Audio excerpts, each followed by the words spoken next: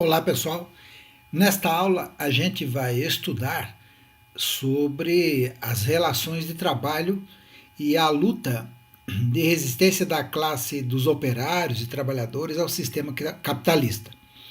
Essa é uma relação que existe nos dias atuais e construída historicamente. Desde que nós tivemos o processo industrial, começou a surgir uma nova classe, a classe operária, e que hoje essa classe é bastante extensa, a gente chama de classe dos trabalhadores. E ela tem uma relação, portanto, com esse movimento do trabalho. Quem paga o trabalho e quem executa o trabalho tem uma relação que foi construída pela história.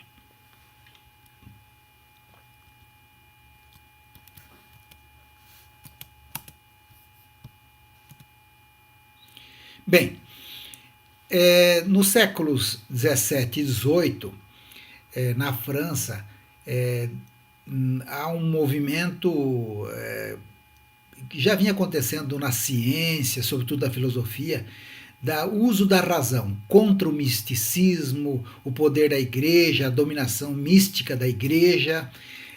Surge essa ideia de iluminar as mentes das pessoas, acreditar na ciência, no planejamento, na capacidade das pessoas serem livres, falar o que quer, regular o poder do rei, diminuir o poder do rei. Esse movimento nós chamamos de iluminismo. Então, na França é muito forte o iluminismo. Na Inglaterra também, mas muito mais na Inglaterra acontece o que nós chamamos de Revolução Industrial. Vamos então ver essas duas coisas. Na França, o iluminismo, na Inglaterra, a Revolução Industrial. Vejam que aqui nós temos um símbolo de uma máquina, a máquina a vapor, desenvolvida por James Watt. Ela é um sistema em que tem o vapor aquecido, tem uma válvula, quando sai, faz movimentar um pistão que gira uma roda. Então, na Inglaterra, nós tivemos, nesse momento, em que surge também a máquina, como uma opção técnica muito importante, ao mesmo tempo o movimento das ideias iluministas. Essas ideias na Inglaterra é uma ideia que vem apoiado num instrumento, numa maquinaria, sobretudo a máquina a vapor e outras, que vai resultar numa revolução industrial. Então veja bem, com o vapor e outras maquinarias, o trabalho que para fazer um produto, uma toalha, um pano, um alfinete de homens e mulheres que custava muitos e muitos dias, com o uso da máquina se fazia em poucas horas. Com isso, nós temos uma relação de trabalho diferente e também uma relação de comércio diferente. Então, por isso que os iluministas, ou diríamos os liberais ingleses, vão defender uma nova ordem econômica. Na verdade, está surgindo uma nova ordem econômica. Para a gente entender como é que isso significa, essa ideia da Revolução Industrial. Os artesãos detinham antes, lá na Idade Média, antes de começar a Revolução Industrial, as oficinas, a matéria-prima, todos os instrumentos e o conhecimento para o ofício, para aquela atividade. Então, o artesão, quando ele fazia, por exemplo, um alfinete, ele tinha desde o ferro, os instrumentos, o martelo, etc., para fazer o alfinete, o conhecimento de como fazer o alfinete. Ele tinha tudo. Com a manufatura, com a máquina, essa máquina que se transforma em ferramenta divide a tarefa. Um vai só cortar o ferro, outro vai só amassar, outro vai fazer a ponta, assim por diante. Você vai ter uma divisão de tarefas, vai ter uma maior produção, mas vai, de certa forma, alienando o trabalho. A pessoa não sabe todo o trabalho, sabe uma parte só do seu trabalho. A máquina e seu produto final passaram a pertencer ao dono da fábrica, o chamado capitalista, que tinha o capital. Capital é o dinheiro, as instalações, a oficina, a matéria-prima, o instrumento, a máquina, a vapor, etc. Então nós chamamos de capital tudo isso. Por exemplo, quando era feito por via do artesanato, um artesão fazia 20 alfinetes por dia. Com o surgimento da máquina, se fazia 48 mil alfinetes por dia. É bem verdade que com isso trouxe uma novidade. o barateamento do custo desse produto. Então, portanto, nós temos que ter uma nova filosofia de comércio. Não podemos ter mais um comércio baseado em comprar um alfinete caríssimo, de cuidar bastante dele. Nós temos agora uma outra opção de vender bastante alfinete, alguns comprar bastante alfinete bastante barato, e não precisa cuidar tanto dele, pode ser perdido a qualquer momento. Uma nova relação está surgindo, tanto de comércio como de consumo. Surge então uma nova classe, além daquela burguesia mercantil que ganhava dinheiro com o comércio, com as Índias, com a América, né? Desde a época dos descobrimentos, surge uma nova classe que é detentora dessa maquinaria, chamada burguesia industrial. Então, se nós temos as ideias iluministas e nós temos já um movimento de mudança econômica, temos algumas pessoas que vão influenciar essas ideias nesse momento que nós chamamos de liberalismo e também a mudança política, o pensamento político. Então são os principais iluministas. Rousseau, que defendiam que as pessoas, todo mundo perde um pouquinho do seu poder para dar poder para o Estado, defendia que o Estado pertence ao povo, portanto o povo devia votar e eleger seu representante, era contra a existência do rei. Da mesma forma, Hobbes pensava da mesma forma que o rei ele poderia ser um rei absoluto, mas entendendo que é uma forma que era necessário ter um rei absoluto, então ele defendia um pouquinho diferente de Rousseau. Ambos entendiam que a sociedade fazia um contrato para ser governado, perdia um pouco de liberdade, mas ganhava segurança e paz para progredir. Só que Hobbes era a favor do rei e Rousseau era contra o poder absoluto dos reis. Locke, que era um filósofo e economista inglês, vai defender a ideia de que o bem maior que uma pessoa tem na vida é dada por Deus, que é a sua vida, própria vida, mas também os bens para essa vida. Então, o direito de propriedade, o direito de ganhar a vida, e só poderia ter direito de ganhar a vida, portanto, de ter propriedade, de votar e ter decisão na política, aqueles que trabalhassem. Então, quem era pobre, por exemplo, ele considerava que não era trabalhador o suficiente. Então, John Locke vai defender o individualismo, a ideia da riqueza, da propriedade, como um bem natural, um bem de Deus para as pessoas. Portanto, nós temos aqui, junto com esses três pensamentos, a ideia de que existe mais o centro da questão, o homem, e não mais Deus, como na Idade Média, como na Idade Moderna, como a igreja mandava. Então, a ideia de defender a liberdade das pessoas comercializarem e fazer também política sem o poder dos reis.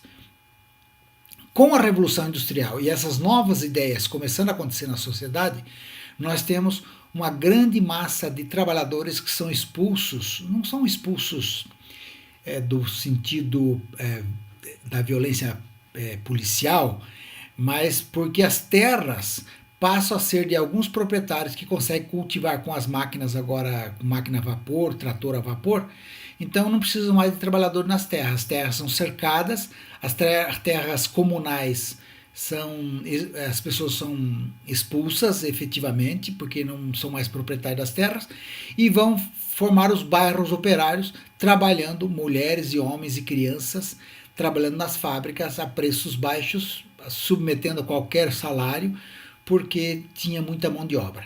Então surgem as famosas chaminés em Londres, na Inglaterra, por exemplo, em que o carvão era a grande matriz energética. A poluição na época, lembrando que na época fumaça era símbolo de progresso, então fumaça não era problema para a época, né?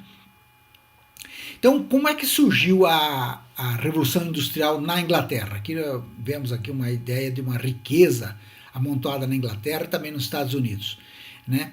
Os Estados Unidos estava começando nessa época, a Inglaterra foi pioneira. Então, a conquista da América, que levou dinheiro para Portugal, para a Espanha, né? Aqui da própria América do Norte, que também levou dinheiro para a Europa, e a exploração da África, fez com que muita riqueza ficasse na Europa. E essa riqueza vai financiar o progresso e o desenvolvimento da Revolução Industrial. Então, essa Revolução Industrial, nós temos alguns fatores que explicam o pioneirismo da Inglaterra. Primeiro, tinha mão de obra. Com o cercamento das terras, os camponeses foram para as cidades. Aí era mão de obra abundante e barata, as fábricas, a burguesia industrial podia contratar qualquer pessoa, demitir a qualquer hora aquele que oferecesse seu trabalho mais barato. Portanto, nós temos uma mudança do trabalho. O trabalho não é mais uma categoria que você ganha vida, mas você passa a vender o trabalho. Na Inglaterra, nós temos os atos de navegação. Desde 1655, esses atos obrigavam que todo produto que fosse para a Europa, se fosse para a Inglaterra, seriam navios ingleses. E se fosse para outro país, não poderia ser com navios espanhóis, por exemplo. Tinha que ser navios de outro país. Por exemplo, se o camarada era um importador lá da região da Alemanha, ele só podia levar para a Alemanha os produtos vindos da África ou da América, ou por navios ingleses, ou por navios do seu próprio país, no caso da Alemanha. E isso ajudou muito o poderio do comércio marítimo inglês, porque os ingleses tinham a maior frota naval na época. Com isso, aumenta o acúmulo de capital. Também associado que após a Revolução Gloriosa, a Declaração dos Direitos, né, nessa nova filosofia de diminuir o poder dos reis, a Declaração de Direito aumentava o direito das pessoas comercializarem, liberdade de comércio. E isso, associado à supremacia naval, a Inglaterra teve muito desenvolvimento econômico, recebeu muito dinheiro da América e também da riqueza que ia para Portugal e Espanha. Tudo isso contribuiu para ter muito dinheiro lá na Inglaterra. Além disso, a Inglaterra tinha carvão mineral, que é um produto de caloria, substitui a lenha com muita eficiência, portanto, para o aquecimento, para fazer metais, etc. E também o ferro, que era usado para toda a maquinaria. Carvão e ferro é uma combinação ótima para a indústria. Além disso, a matéria-prima. Eles tinham máquinas têxteis e o tear mecânico. E o algodão inglês vinha então da Índia e da América do Norte, onde é hoje os Estados Unidos. Tanto é que a primeira grande indústria é a indústria têxtil, que vai fazer uma revolução na produção mundial de tecidos. Aqui nós temos algumas imagens, já nos primórdios do trem. Aqui nós vemos na máquina de produção crianças trabalhando, porque na época não tinha regras trabalhistas, não tinha normas para trabalho. As crianças, para ajudar no sustento da família, trabalhavam várias horas por dia e deixavam de ir na escola, deixavam de brincar, porque estava em jogo a sobrevivência e a exploração era extrema. Nesse período surge uma ideia desenvolvida por um cara chamado Adam Smith. Ele escreve um livro chamado A Riqueza das Nações, em que essas ideias iluministas e também a ideia dessa nova mudança na indústria, então todo o poder da monarquia passa a ser questionado. Então, além disso, o modelo de mercantilismo, que era o controle mercantil pelo rei, também passa a ser questionado. Eles queriam liberdade.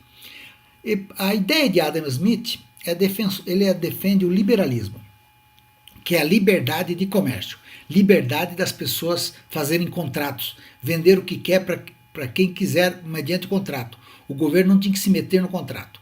A ideia do liberalismo. Quando eu falo liberalismo, é no sentido econômico e no sentido político, né? Então, pregava a abolição de privilégios, monopólios e corporações, quer dizer, eu tenho direito de comercializar com tal lugar. Não, eles defendiam que tinha que ser liberdade. A mão invisível do mercado ia regular toda a nação. Essas ideias ajudaram muito no poderio econômico na Inglaterra. Associado às máquinas, ao desenvolvimento das maquinarias, nós temos então uma classe que fica muito rica à custa da exploração dos pobres, que é a classe da burguesia industrial, e uma massa muito grande de pobres, que também são, ao mesmo tempo, são consumidores, evidentemente, porque tem que consumir o que a indústria produz, mas isso gera vários descontentamentos. Essa união próxima de operários em bairros operários em Londres e Manchester e outros lugares na Inglaterra, depois na França, depois na Rússia, nos próprios Estados Unidos, faz com que os trabalhadores pensem em se organizar, em formar uniões, que vão formar sindicatos e vão lutar por uma vida melhor. Também passam a lutar para a mudança no aspecto político e econômico. Então, o movimento operário na Europa surge nessa época na esteira da Revolução Industrial e também vão chegar aqui no Brasil. Vamos ver então. A Revolução Industrial iniciou na Inglaterra e se espalha pela Europa, América e Ásia. A massa de operários próximas fábricas surgem com problemas. Tem muitos problemas de saúde, segurança e higiene, sobretudo nos bairros operários. Nas fábricas, as condições de trabalho eram precárias, os lugares eram úmidos, escuros, né, sem condições de saúde e segurança, a mão de obra era muito farta, salário, portanto, ficava muito baixo, e os operários eram obrigados a trabalhar 16 horas por dia. Não havia regra naquela época. Mulheres e crianças, a maioria dos operários eram menores de 18 anos. Metade das mulheres trabalhava em fábricas de algodão, lã e linho. Né? Crianças aos 5 anos de idade já eram levados para as fábricas. Lá, exaustas, dormiam, às vezes na própria fábrica, para retomar no trabalho no outro dia. Então, essa exploração levou alguns a questionar e também estudar esse modelo e falar, olha, isso está errado, tem alguma coisa errada. Né? E até a gente fica espantado com o trabalho infantil nessa época, vendo estas imagens aqui, por exemplo, das crianças trabalhando, mas temos que lembrar que até hoje existe trabalho infantil. Né? Então, nós temos aqui um exemplo da pessoa colhendo o cacau, é uma criança colhendo o cacau. Temos alguns dados. Ó. Atualmente há 250 milhões de crianças que trabalham no mundo.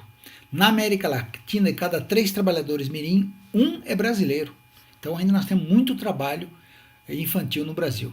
É bom a gente falar porque a gente vai na história do passado e vai, coitado daquela época.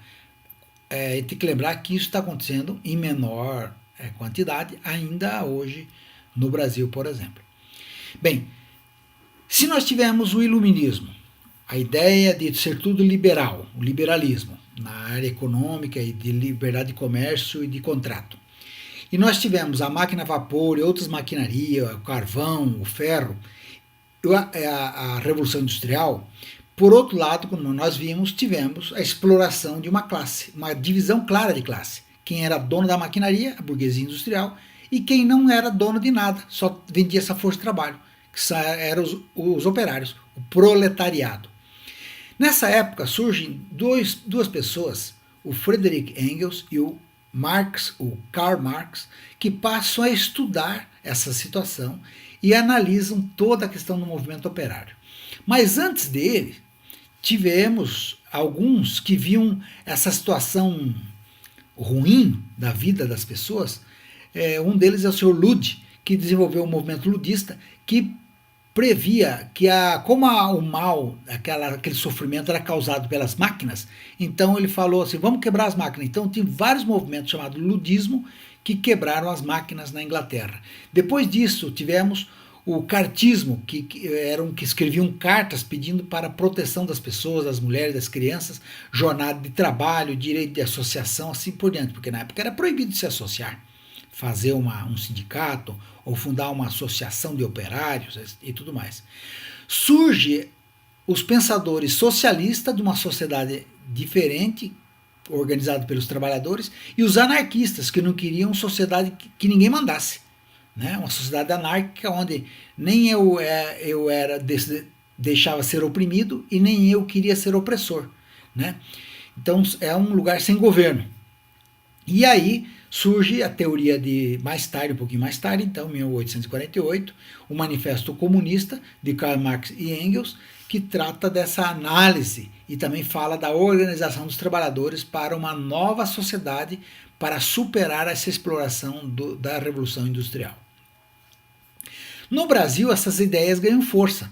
Então, logo no começo da proclamação, logo depois da proclamação da República, na chamada Primeira República, nós temos vários movimentos operários no Brasil liderados por anarquistas.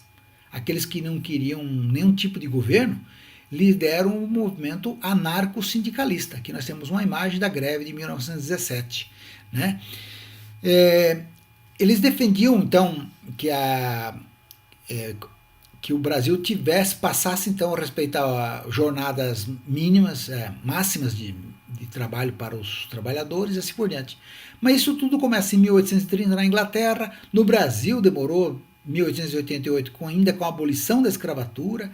Então na Primeira República vem os anarquistas com a Sociedade de Auxílio Mútuo, a organização de greves e tudo mais, e vai avançando aí em 1943, já no governo Getúlio Vargas, o Ministério do Trabalho regula os sindicatos e também publica a consolidação das leis das leis trabalhistas, melhor dizendo. Consolidação das leis trabalhistas, CLT. Na CLT, então, é disciplinado no Brasil que o máximo de trabalho por dia de um trabalhador é 8 horas, que terá direito a salário mínimo, terá direito a férias e outros direitos. Toda essa luta, portanto, dos operários culmina em o que nós chamamos de direitos. Direitos trabalhistas. É o respeito de uma classe por outra. Né? Então isso se deve muito à industrialização do Brasil. E aqui nós temos uma imagem de uma pessoa pobre, né? Provavelmente ganhando salário baixo, mas mostrando que finalmente tem algum direito.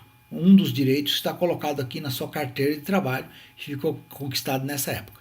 Vamos entender que isso aqui não foi um presente de Getúlio Vargas, não. O movimento sindical lutou muito, fez muita manifestação, muita greve, muita passeata, muita carta. Também elegiam, votavam, participavam de comícios políticos, até que veio a CLT para ajudar a regular a vida dos trabalhadores. O movimento operário no Brasil, ele vai ser sucumbido com a ditadura militar de 1964 a 85. A ditadura militar, nessa época, por exemplo, publica o Ato Institucional número 5, que coloca o Congresso em recesso, confisca bens de pessoas, suspenda direitos políticos, também proíbe manifestações sindicais, os sindicatos passam a ser absolutamente controlados.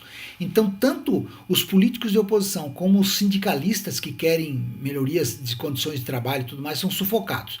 Ocorre que entre 1970 e 80 a coisa fica muito ruim, a crise aumenta muito no Brasil. E algumas lideranças operárias, como o Lula, que aparece aqui nessa imagem, no ABC, e outras lideranças, começam a reorganizar os sindicatos. Essa reorganização do sindicato, ela tem o fim de proteger e ampliar os direitos dos trabalhadores, recuperar perdas salariais e assim por diante. Mas ele também tem uma cara política, porque era o enfrentamento da ditadura.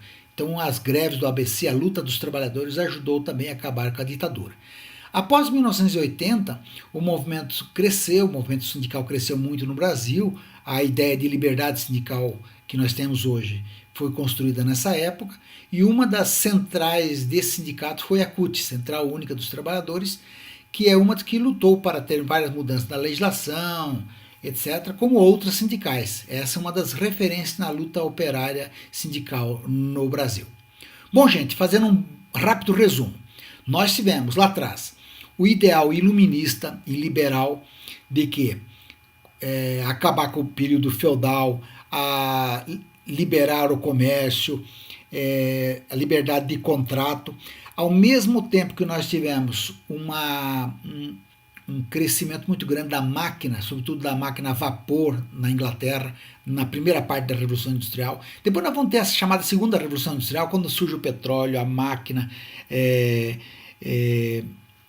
aí nós temos o petróleo, e nós chamamos isso de Segunda Revolução Industrial. Então, nesse período, nós consideramos então que esse movimento foi da seguinte forma: o trabalho aqui domina a natureza e da sobrevivência do ser humano. essa relação entre quem tem a propriedade e quem só tem trabalho acontece de forma muito grande na Revolução Industrial, e surge então o capitalismo industrial, e essa tensão entre o operário e o capitalista gerou um tensionamento, uma luta, uma disputa no movimento operário, que obrigou a um ordenamento jurídico, sindical e a constituição de direitos desses trabalhadores que nós temos hoje. Claro, vai se aprofundando, muda daqui, muda dali, mas esse foi uma relação que nós tivemos então entre o capital e o trabalho num processo histórico de construção desta relação social. Bem, para a atividade de fixação, eu vou deixar para vocês a seguinte indicação. Entrem no site Socrative, www.socrative.com. Ali vocês vão clicar no botão chamado Student Login, que é onde você vai ser convidado para ser o estudante que vai acessar a sala. Depois você vai digitar a sala, que é a sala Ingressa, e depois você vai clicar em Juntar. Digite seu primeiro e último nome, não esqueça disso, é muito importante isso, porque eu vou ter um relatório, eu não sei o nome de todo mundo, então é importante o primeiro e o último nome. Pronto, você já pode começar a responder as questões. Ao responder, você vai enviar as respostas, você vai ter a indicação se está correta ou incorreta e os comentários explicativos sobre aquela questão. Leia esses comentários, é uma boa maneira de você aprender. Faça todas as questões até o fim. Se não conseguir, acesse em outro momento desta mesma forma e conclua a sua atividade. Bom trabalho e muito obrigado pela atenção de vocês.